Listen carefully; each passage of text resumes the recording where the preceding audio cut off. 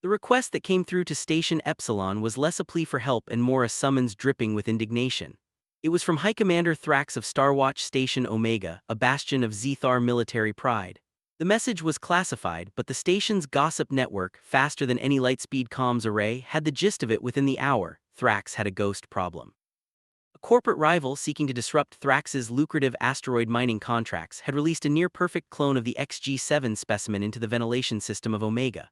But where Station Epsilon had reacted with panic confusion, Thrax had reacted with thunderous arrogance. He had seen the reports from Epsilon. He had read the absurd log file detailing the Marathon Protocol, and he had laughed.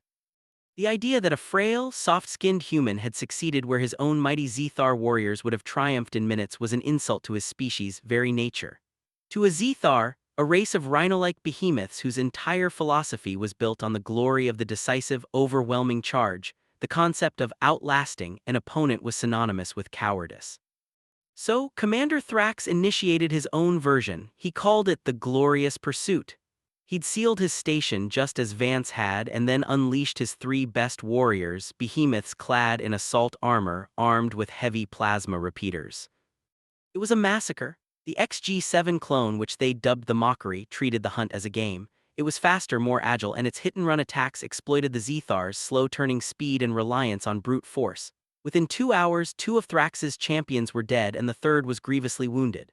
The Mockery, having barely exerted itself, now roamed the station with impunity. Which led to the summons.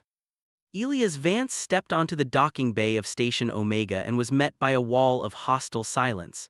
Commander Thrax, a giant of his species with a cracked horn and a furious, simmering gaze, stood flanked by his remaining security force.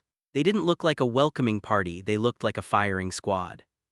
Chief Vance, Thrax's voice was a low growl. You have been requested to consult. The word tasted like ash in his mouth. I'm here to help, Commander, Vance said, his voice calm, carrying the same well-worn ceramic mug he'd had on Epsilon. My warriors are the pride of the sector, Thrax snorted, gesturing to his soldiers. They are stronger than you, they are faster than you, they possess courage you cannot fathom. Explain to me, human, why your tactic is anything more than a fluke of biology, a trick we can replicate. Vance took a slow sip of his tea. That's the thing, Commander, it's not a trick, it's an instinct. You can't replicate it any more than I can grow horns and charge through a reinforced bulkhead. Thrax's nostrils flared. Insolence, you will teach them, you will observe my warriors as they hunt the Mockery and you will instruct them on how to replicate your success. See that he is given access to the command hub, he barked to an aide before turning his back on Vance and storming away. The command hub on Omega was a mirror of Epsilon, only larger and bristling with more weapons systems. Vance was given a corner station where he watched the station schematics with a heavy heart. He was being set up to fail. The hunt began. Thrax dispatched a new team of 4 heavily armed Zethar warriors. Squad, proceed down Corridor 7 Delta, box it in, overwhelm it with suppressing fire, Thrax commanded from his central throne. Vance watched the 4 green life signs on the map move with disciplined, aggressive precision. Commander, Vance said quietly, permission to speak to your team. Thrax grunted an affirmative. Squad, this is Vance, he said into the comm. I want you to change your loadout, ditch the heavy repeaters, take only a standard sidearm and double your water rations. The Zethar squad leader's voice crackled back, thick with contempt. We will not go into battle underarmed, human, we are warriors, not joggers. Then you'll be dead warriors, Vance replied, his voice flat. That thing is baiting you, it wants you to waste energy, it wants you to fire your big, fancy guns so it can dance around the blasts and laugh while you deplete your charge packs. We will crush it, the squad leader roared. They didn't. The Mockery appeared on the sensors, a crimson blur of motion. It led the squad on a chase through 3 sectors. The Zethars fired thunderous volleys of plasma, scoring nothing but the bulkheads, the air filled with ozone and the warriors' panting, frustrated breaths. In under an hour their weapon capacitors were drained, and their bodies, encased in heavy armor and unused to prolonged exertion, were beginning to overheat. The Mockery, which had barely broken a sweat, chose that moment to strike. It dropped from a ceiling conduit, disemboweled one of the warriors, and vanished before the others could even raise their useless weapons. The silence in the command hub was thick with fury and shame. Your methods are flawed, human, Thrax roared, trying to deflect his own failure. "No, Commander," Vance said, turning to face him. "Your warriors are not in strength or in courage, but in design. You are an explosion. This enemy requires a slow burn." "Then what is your solution?" "Let me try," Vance said. "Give me one of your warriors, not your strongest, not your bravest. Give me your most patient." Thrax scoffed, but he was desperate. He pointed to a young Zethar standing in the corner, one who had been watching the entire exchange with a quiet, analytical gaze. His name was Korg. He was smaller than the others, his horns yet to reach their full, magnificent curve. He was considered a lesser specimen by Zethar standards. "Him," Thrax grunted, "show us the magic of the human." Vance met with Korg in the station's empty gymnasium. He didn't show him combat stances or firing patterns. He instructed the young alien to walk laps around the gym for an hour. Korg, confused but obedient, began to walk. After 20 minutes he grew bored and restless. "What is the purpose of this? It is without glory." "The purpose is to embrace the monotony," Vance said, walking beside him. "Your body is a furnace, Korg. You burn fuel hot and fast. Mine is a low-temperature engine. You need to find your lowest gear, the one you can stay in forever."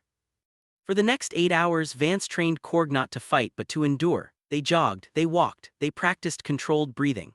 Vance explained the concept of aerobic versus anaerobic exercise, of managing lactic acid buildup, of the psychological grind of a marathon. To Korg, it was the most bizarre and humiliating training of his life. He was being taught to be weak.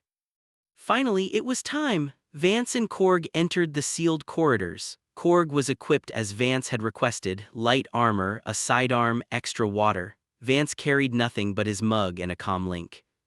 "We are not hunting it, Korg," Vance explained as they began a steady, ground-eating trot. "We are simply making its existence uncomfortable. We are the annoying hum it can't get out of its head. We are the drip of a faucet in a silent room. We will never stop." The mockery found them within minutes. It saw the lone, small Zethar and the pathetic human and practically vibrated with predatory glee. It lunged for Korg. "Do not engage," Vance ordered. "Evade economically." Korg, fighting every instinct in his body, didn't charge or raise his weapon. He simply sidestepped, letting the creature's momentum carry it past him. It was clumsy, inefficient, but it worked. Before the mockery could strike again, Vance and Korg were already moving away, their rhythmic jogging a profound insult to the creature's explosive power. For hours, the pattern held. The mockery would attack. Korg, under Vance's constant, calm instruction, would evade. The creature's frustration mounted. In the command hub, Thrax watched, his massive fists clenching and unclenching. He was watching his warrior perform a dance of cowardice, and yet he was still alive. After 6 hours, Korg was struggling. I cannot maintain this," he panted, his powerful body not built for this kind of sustained effort. "Yes, you can," Vance said, his own voice strained. "This is the wall. It's not physical, it's mental. Your body is telling you it's done because it wants glory, it wants the explosion. You have to ignore it. Find the quiet place, Korg. Find the engine that never stops." Korg looked at the old human, jogging beside him, barely breaking a sweat, his face a mask of serene focus. He dug deep past his pride, past his cultural imperatives, and found something new, a quiet, stubborn resolve. He kept going. It was the mockery that broke first.